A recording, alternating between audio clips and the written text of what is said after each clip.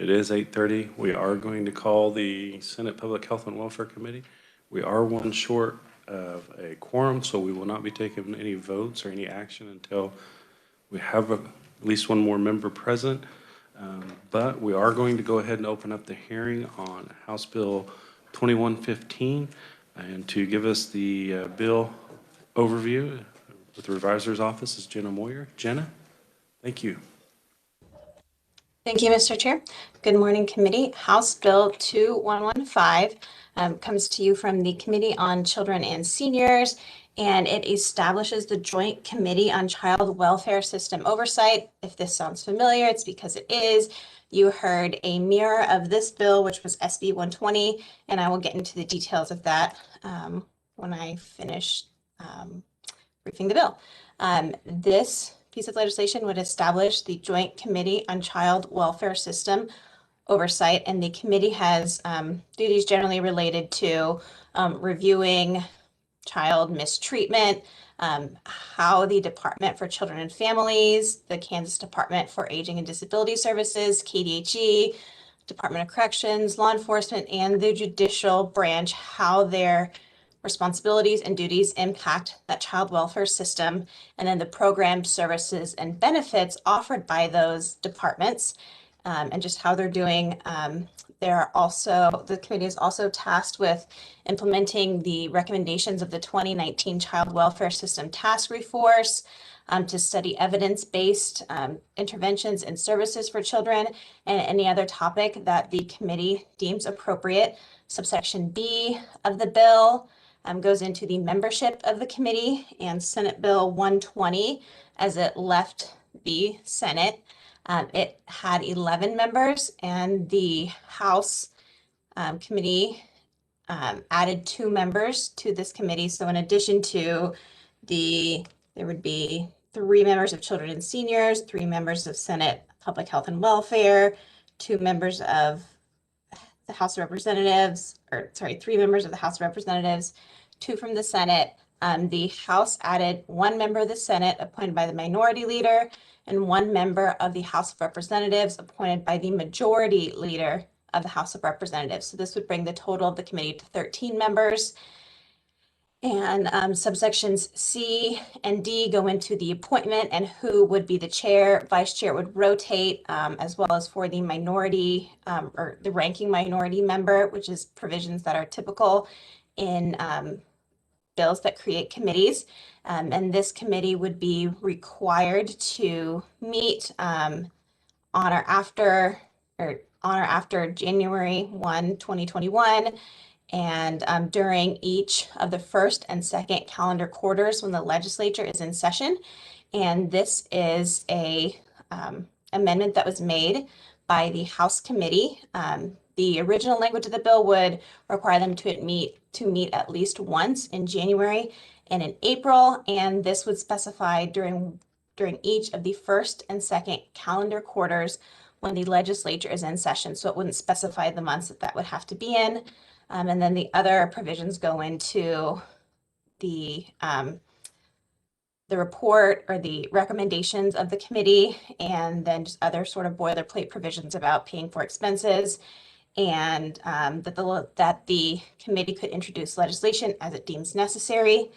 The House version of this bill passed the House 118-4, and the Senate version of this, Senate Bill 120, passed the Senate 37-2. And with that, I'll be happy to answer any questions. Jenna, thank you for that explanation. Just one question from me.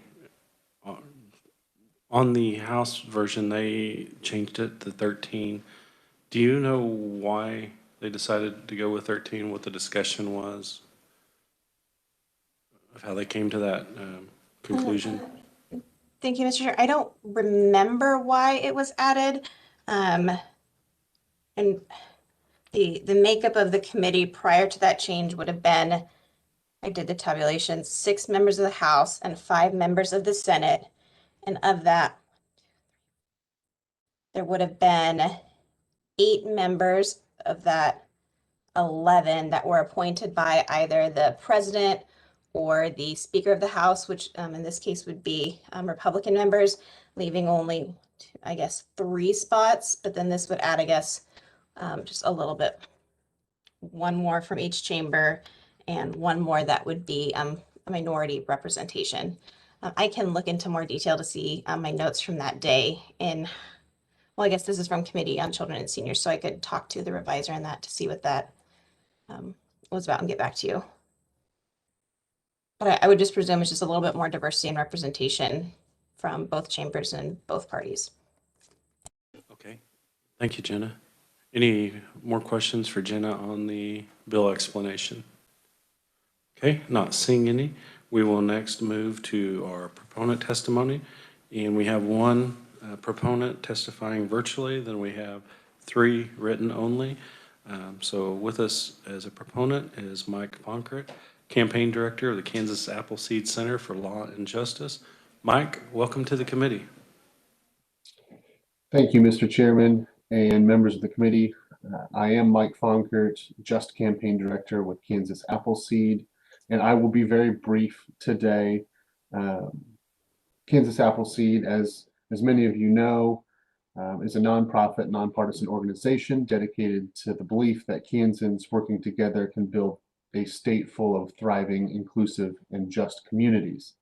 We support House Bill 2115, as establishing a joint committee on child welfare system oversight is a very important step that must be taken to assure accountability in this system. What I really want to stress for the committee today is not only the importance of this bill and the committee that it would create, obviously continuing the work that happened in 2020 with the special committee, but really to emphasize that this alone will not get us to our goal. I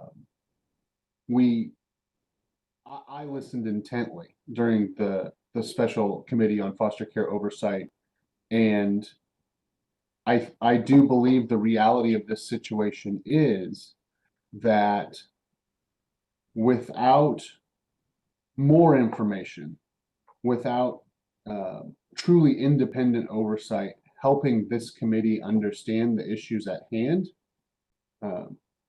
this may end up just being, one more committee that looks at an issue without much impact. I recall many of the folks that testified to the special committee on foster care oversight throughout 2020, and the very, very compelling stories that they shared. But I also recall the conflicting reports and contradictory information that was given, and the confusion that comes from hearing from a parent or a foster parent one story and hearing from a provider or DCF some other version.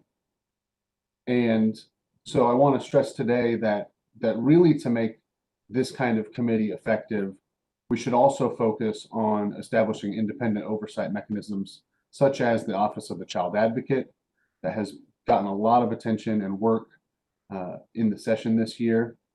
Something like the Office of the Child Advocate would truly be essential for informing this committee.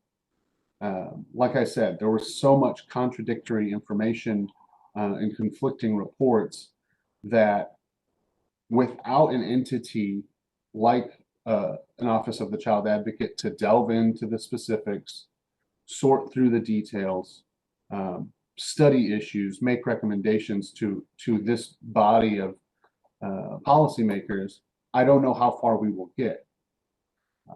And, the last thing I would stress for the committee is the deep urge for more oversight, for more accountability. Kansas Appleseed has never once purported to be a direct service provider. As many of you know, we had a role in the lawsuit that was settled late last year, early this year, but we're not a direct service provider.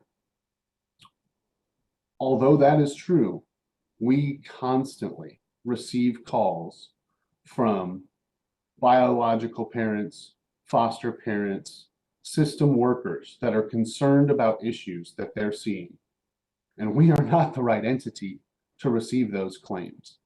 There's obviously much desire among the people of Kansas, particularly those that are impacted by the foster care system, to have independent oversight.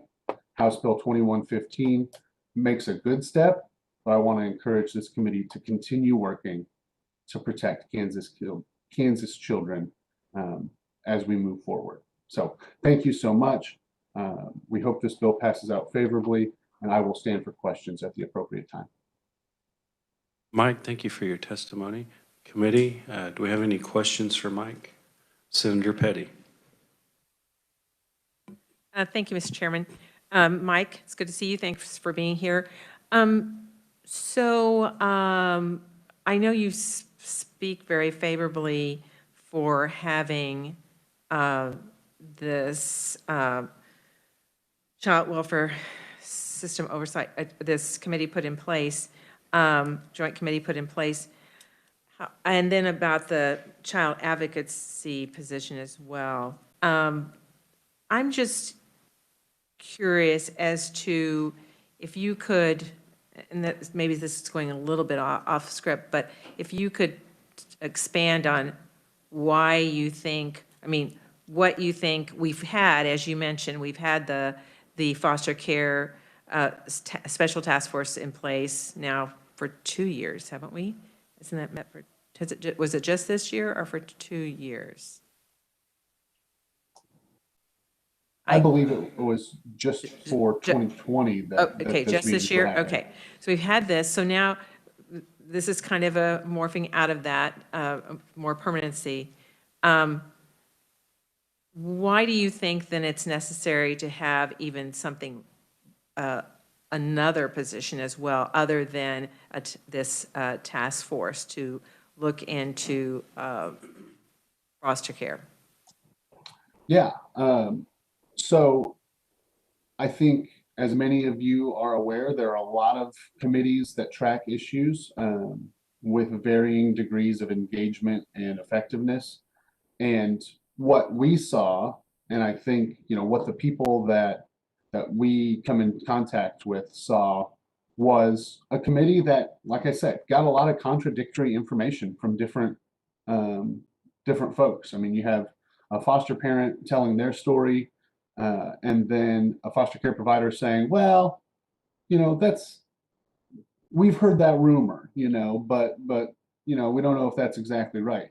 And so an entity like the Office of the Child Advocate would be a full-time dedicated entity to resolve disputes, receive complaints from folks, and investigate those claims, so that this oversight committee would be able to not only hear from the providers, DCF and parents and all those folks, but also be able to hear from a full-time professional entity that is studying these issues, that is getting to the bottom of these kind of disputed allegations. Because for me, imagining myself as a legislator on one of these committees, as I listened in, there were oftentimes it's like, okay, well, now that I've heard from these 3 people, I'm pulled in 3 different directions. And so I don't know what policy we should be pushing, because it's confusing. And so having a full-time independent oversight mechanism, I think, would cut through a lot of that confusion and hopefully give legislators a clear idea of what path needs to be taken to resolve, whatever issue they're looking at. Thank you, Mr. Chairman. I just have a follow-up, if it's okay, if that's all right. The one thing I see missing with this joint committee is there's data, looking for data, child maltreatment prevention, but so that might be the closest one, child maltreatment prevention. What I don't see is a more focus on prevention, because if we want to reduce the number of children in foster care, we need to look at the core issue. And I think sometimes that, as you just mentioned, contradictory information, there's a little bit of those already in the system, or the providers, as well as the oversight agencies, there's more focus on that, but not on, in this case, I'll just focus on early childhood and, what can we do earlier to support parents so that we don't end up at the system. So that would be my only complaint, is that as we look at this, we're focusing a lot on what's already in place, but not what are the systemic issues for to prevent children going into foster care. Thank you. Senator Stephan. Thank you, Chairman. Senator Petty took us right into my question. I appreciate her doing that. In your written testimony, Mike, it says too many Kansas children are in the foster care system. Would you care to postulate as to why? And then could you help me understand how the joint committee is going to help with the why? Thank you. Well, I think, thank you, Senator, for that question. I think there are several factors that play into why we have too many kids in the system right now. I really think above anything, we're looking at the social safety net supports that keep so many families from falling off that proverbial cliff, whether it be poverty or whatnot. A lot of those safety nets have been eroded in one way or another over the past several years, and there's a coalition that we participate with. It's called Strengthen Families, Rebuild Hope, and you can find their report online that actually analyzes some of the changes to our safety net programs and then the subsequent increase in the number of kids in out-of-home placements in the foster care system. So there are certainly a lot of reasons, but the social safety nets are one. But also, I feel like there is a big case to be made for this kind of oversight and accountability. We have the most privatized foster care system in America, and making sure that we are tracking and holding to account all the folks that we're trusting to do the right thing is certainly an important part of this, to make sure that the system is functioning as intended and that kids aren't being pulled out of homes for poverty that's being mistaken as neglect, which I think is a big issue that, like I said, we're not a direct service provider, but people call us all the time. And that's one of the big issues is, I feel like I'm doing my best. I'm trying my best. I'm trying to meet all of the conditions, but they still won't give my kid back. And so that's one of the situations where it's impossible for a legislator that has 100 other concerns to deal with, to delve into those specific cases. And that's why I think we need many more layers of oversight to help inform this. Hopefully that at least somewhat answered your question. I guess the second part was, how does the committee help with the why? And that's the crux of, is like, what mechanism is needed to impact this system?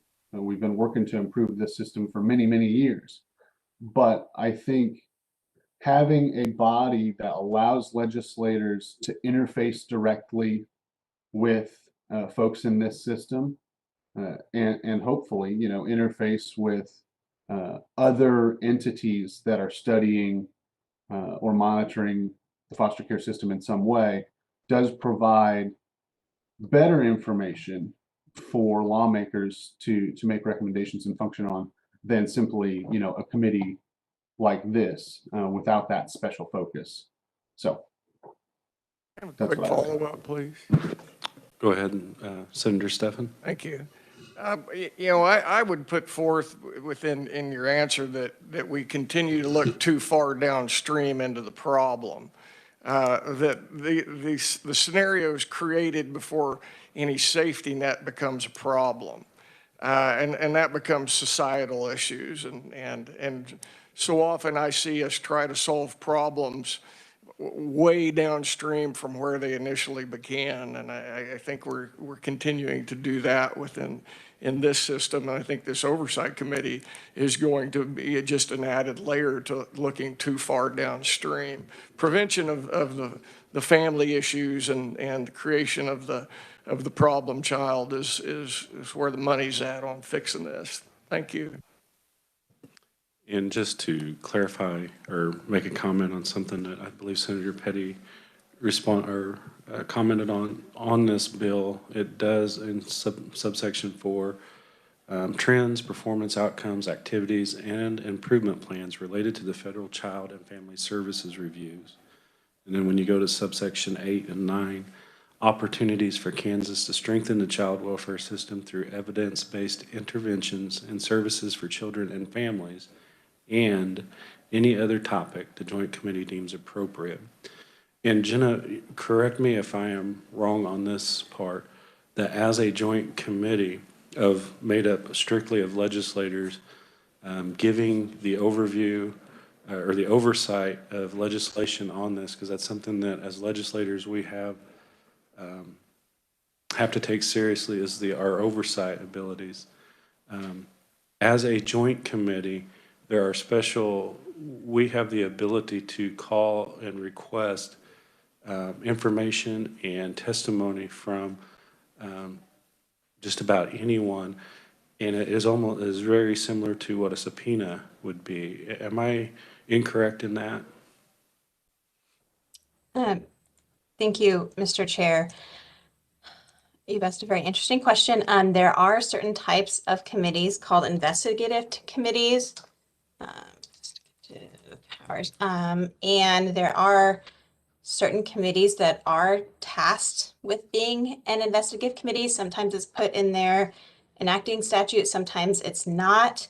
But that power could be given by the LCC. And so it's not explicitly, I don't believe, I can double check though, in the language of this bill, but that power could be given by the LCC. And I will double check, and if I'm incorrect, I will tell you. Thank you, Jenna. Do we have any further questions for the proponent? Not seeing any. Committee, that will wrap up our proponent testimony as testifying. We do have some written only. You have 3 written only proponents. Do we have anybody else that is wanting to testify as a proponent? Not seeing any. That we do not have any neutral conferees. Anybody wishing to testify as a neutral? Not seeing any. And no opponents, and I don't see anybody in the room, so I don't think anybody wants to speak as an opponent, so unless somebody on the committee wants to. So with that, we will close the hearing on House Bill 2115. Committee, we did have the hearing on Senate Bill 295 Monday. I was intending to work it yesterday, but I wanted to wait just to see how things worked out. I do want to go ahead and kick that out to see if that's something that leadership wants to pursue or not, at least get it out of the committee. Jenna, could you give us a brief overview again, refresher on that Senate Bill 295, please? Yes, Mr. Chair, I'd be happy to. And I want to tell you that you were correct about the investigating committee defined in KSA 46-1001, a standing special select committee or a joint committee of both houses of the legislature is considered an investigating committee who would have, powers to investigate and call hearings, witnesses, etc. And back to Senate Bill 295. This would give counties the authority to adopt prioritized COVID-19 vaccination plans that are separate from the recommendations from either the KDHE, and it would allow the counties to do so without their supply or any retribution from the department. And they would have to follow federal guidelines when doing so. And I guess that's a general overview. I can't answer any questions if there are any about that bill. Committee, do we have any questions on the overview of the bill? Okay, seeing none. Oh, go ahead, Senator Gossage. Thank you. Jenna, would you just clarify, thank you, Mr. Chair, if it's where it says, maybe, and I just now pulled it up so I could find it, I suppose, that they have to follow, because guidelines have never been something one has to follow. So they have to follow the federal guidelines.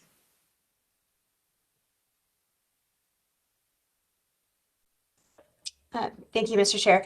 The line I was referring to would be subsection B3, and it says that a county's vaccination plan cannot cause a vaccine to be permitted or distributed in a manner that violates federal law or recommendations, because doing so would possibly impact the supply. So if the federal government said you can't give it to people without, I don't know, showing an ID, and you gave it to people without showing an ID, then that could possibly affect our vaccine supply, and that's why that was written in there.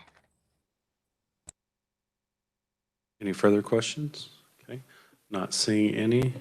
Committee, what is your pleasure on this bill? Senator Thompson. Yes, Mr. Chair, I move we pass Senate Bill 295 out favorably for, or report it out favorably for passage. I have a motion by Senator Thompson, a second by Senator Erickson to pass out Senate Bill 295 favorably for passage. All those in favor, or any discussion on this motion before we take it to a vote? Seeing none, all those in favor say aye. Aye. All those opposed, no? No. The ayes have it. Senate Bill 295 will be going out to the floor. Committee, we did have, I told you I was going to try to work these mirror bills the same day. And if you had amendments to have those ready. On Senate Bill 2115, looking at some of the other bills, it's possible we might be able to combine it with some other ones. So I think I'm going to hold off on that, on working it instead of working it today. But if you guys have that list that I gave you or your schedule for next week, if you guys could all have any amendments that you think you might have ahead of time, if at all possible. And what we'll do, again, if we work a bill that on the same day, I'll give you guys the option of without objections, because I don't normally like to work a bill the same day because I want everybody to have an opportunity to provide an amendment or get any questions that they need. But because of the time frame, we might do that. So just trying to give you a little bit of a heads up. So if you have amendments or anything, please get those to Jenna Moyer, or if you have any questions, that would be greatly appreciated. And so we are not going to work House Bill 2115 today. We might work it on Tuesday, so tentatively. And do we have anything else come before the committee? Senator Thompson. Could you repeat that list of bill? I got most of it yesterday, but if you could repeat the ones coming up just for the reference. Okay, so on Monday, we're going to have a hearing on Senate Bill 212. Tuesday, we're having hearings on House Bills 2114 and 2151. On Wednesday, we are having hearings on House Bill 2209 and 2279. On Thursday, House Bills 2116 and 2224. And Friday, House Bill 2280. And then also, as another reminder, if for some reason we are not able to get our work completed next week, we do have Monday and Tuesday authorized from leadership to work bills out, and we would use those just to work bills out, and those would be the same meeting times as what we have now at 8:30 in the morning. So anything else come before the committee? Seeing none. Committee, thank you. We are adjourned.